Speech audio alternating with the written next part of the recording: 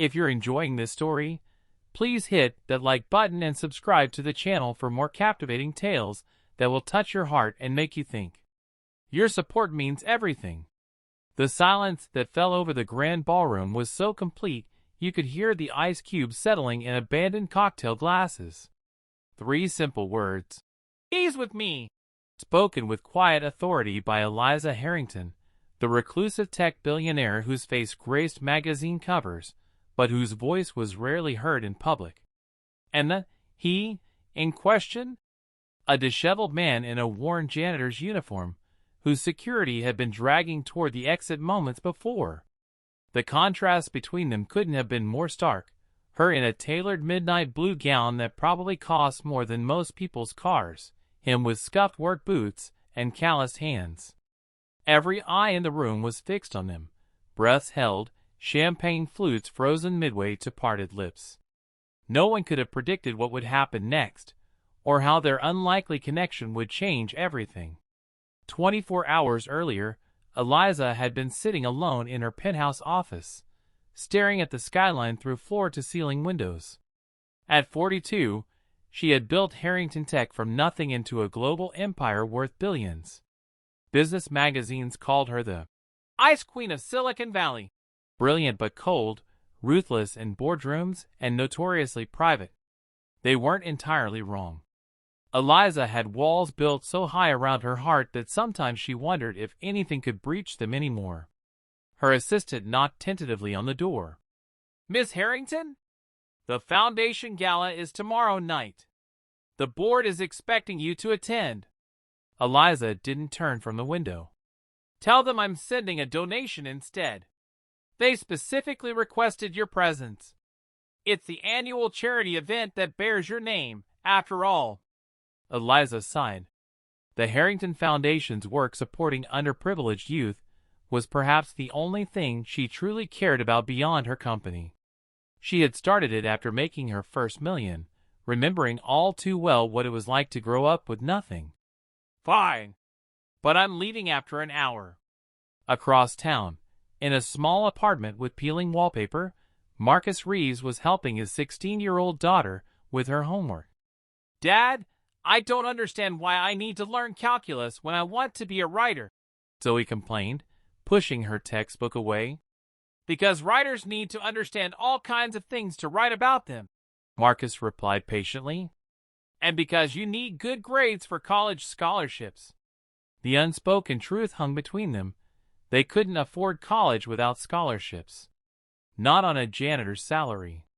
Not with the medical bills that had piled up after his wife's death 3 years ago. "I got another rejection letter today," Zoe said quietly, pulling a crumpled envelope from her backpack. "From the Young Writers Workshop." Marcus's heart sank. His daughter had talent, real talent, but opportunities for kids from their neighborhood were scarce. "There will be other programs," he promised, though they both knew most had already passed their application deadlines. "It's fine," Zoe said, forcing a smile that didn't reach her eyes. "I'll just practice on my own." Later that night, after Zoe had gone to bed, Marcus sat at their small kitchen table reviewing bills. His second job as night janitor at the Grand Plaza Hotel barely covered their expenses. His eyes fell on a flyer he'd found while cleaning, the Harrington Foundation Gala, to be held the next evening in the hotel's ballroom. The foundation that provided scholarships and programs for kids just like Zoe. An idea began to form. A desperate, probably foolish idea. The next evening, Eliza arrived at the gala fashionably late, nodding coolly at board members and major donors who approached her. She moved through the crowd with practiced ease, making small talk while revealing nothing of herself. Her mind was already on the work waiting for her back at the office. In the service corridors behind the ballroom, Marcus had just finished his regular cleaning duties and was gathering his courage. He had written a letter about Zoe, about her talent, her dreams, her determination despite every obstacle. If he could just get it into the hands of someone from the foundation, someone who might help. He slipped into the ballroom, trying to blend in despite his uniform. He spotted a woman who seemed to be in charge, surrounded by people in expensive clothes. Something about her seemed familiar. He'd seen her face somewhere before. As he approached, a security guard grabbed his arm. "Staff aren't allowed in here during events," the guard said firmly. "Please, I just need to give this to someone from the foundation," Marcus explained, holding up his envelope. "Sure you do. Come on, out you go." As the guard began dragging him toward the exit, Marcus's letter fell to the floor. He struggled, desperate. "Please, it's for my daughter." The commotion drew attention. People turned to stare, conversations halting. The guard tightened his grip. "Sir, don't make this difficult." And then a clear, commanding voice cut through the murmurs. "Stop! He's with me." The room fell silent. Eliza Harrington stood there, her expression unreadable as she approached them. She bent down and picked up the envelope, opening it with manicured fingers. Her eyes scanned the first few lines of Marcus's letter. "Release him," she told the security guard. Then, to Marcus, "Come with me." Whispers erupted as she led him to a quiet corner of the ballroom. "Your daughter is Zoe Reeves?" she asked, still holding his letter. Marcus nodded, stunned. "How did you?" "I read quickly," Eliza said. "You write that she's a talented writer who was rejected from the Young Writers' Workshop." "Yes. She's amazing. She just needs a chance." Something flickered in Eliza's eyes.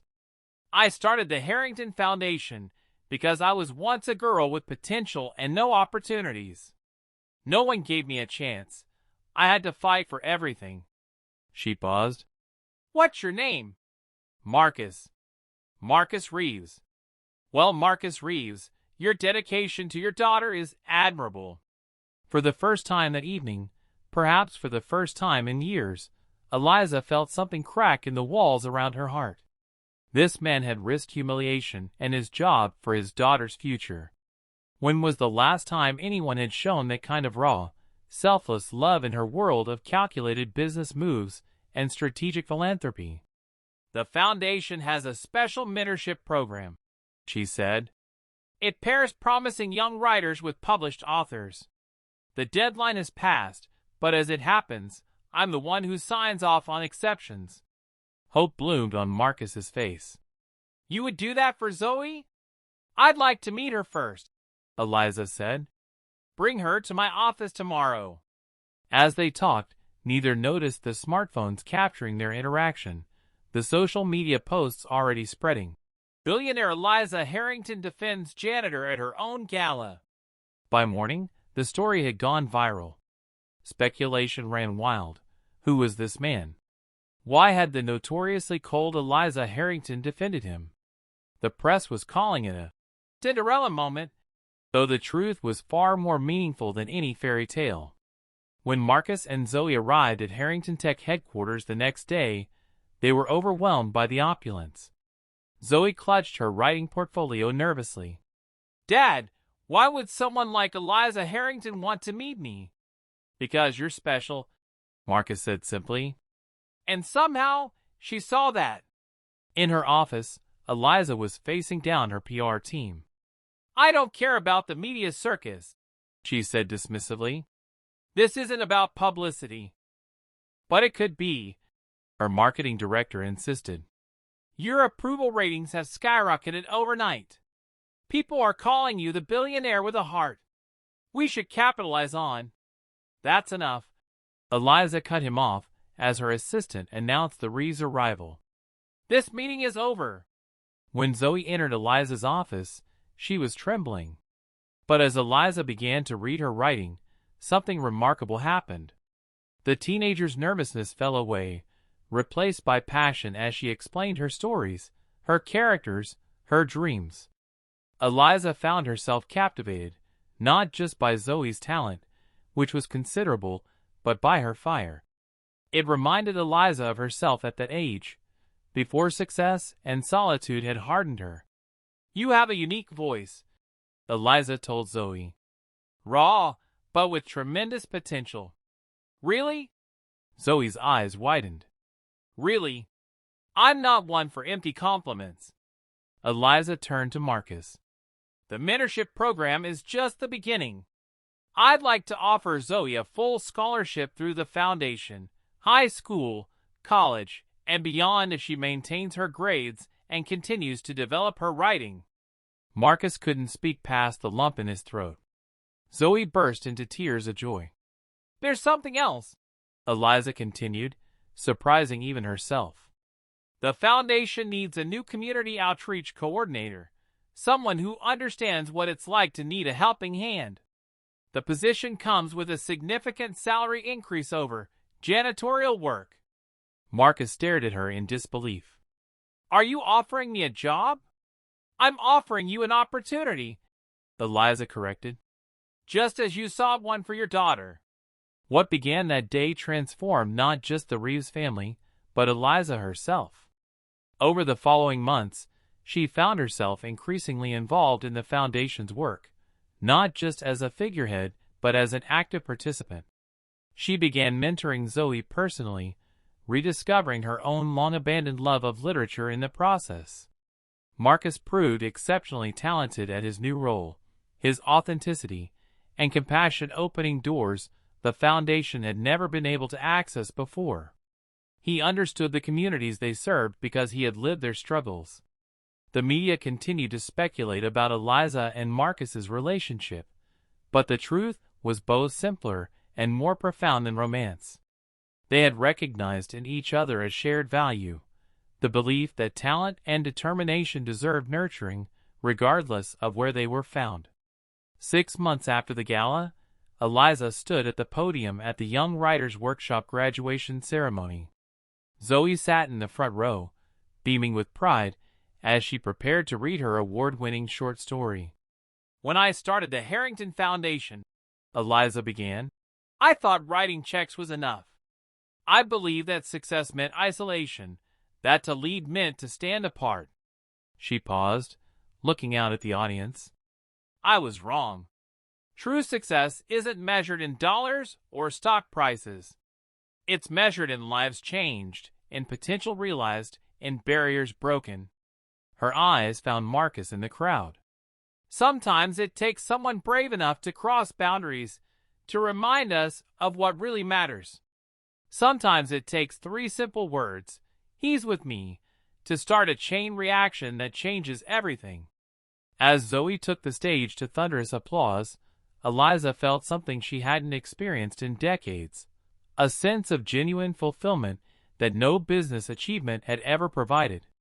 The story of the billionaire and the janitor continued to inspire millions. Not because it was a rags-to-riches fairy tale, but because it demonstrated a fundamental truth, that compassion and courage could bridge any divide, that meaningful connections could form in the most unexpected circumstances, and that sometimes the most powerful words in the world were simply, I see you. In the years that followed, the Harrington Foundation expanded its programs tenfold. Zoe published her first novel at 21 to critical acclaim. Marcus developed outreach initiatives that became models nationwide. And Eliza, the former Ice Queen, became known instead for her passionate advocacy and hands-on approach to philanthropy. When asked in interviews about the moment that changed everything, Eliza always gave the same answer. I didn't save Marcus and Zoe.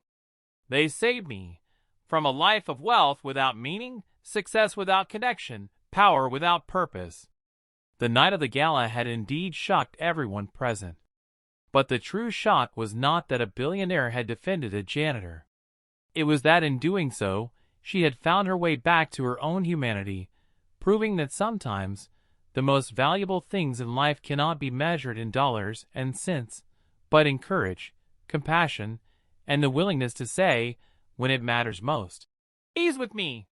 If this story touched your heart, please don't forget to like this video and subscribe to our channel for more inspiring content that reminds us of the power of human connection. Share your thoughts in the comments below.